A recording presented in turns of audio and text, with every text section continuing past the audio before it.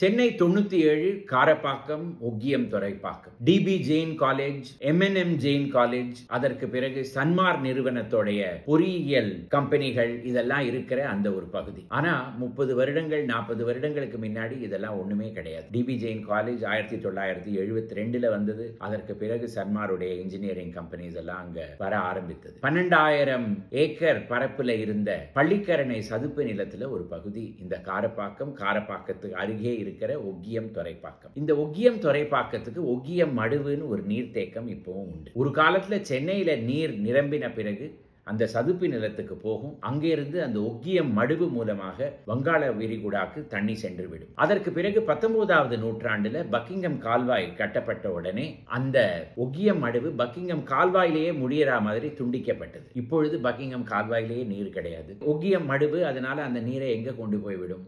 சென்னையில வெள்ளம் வரத்தான் வரும்.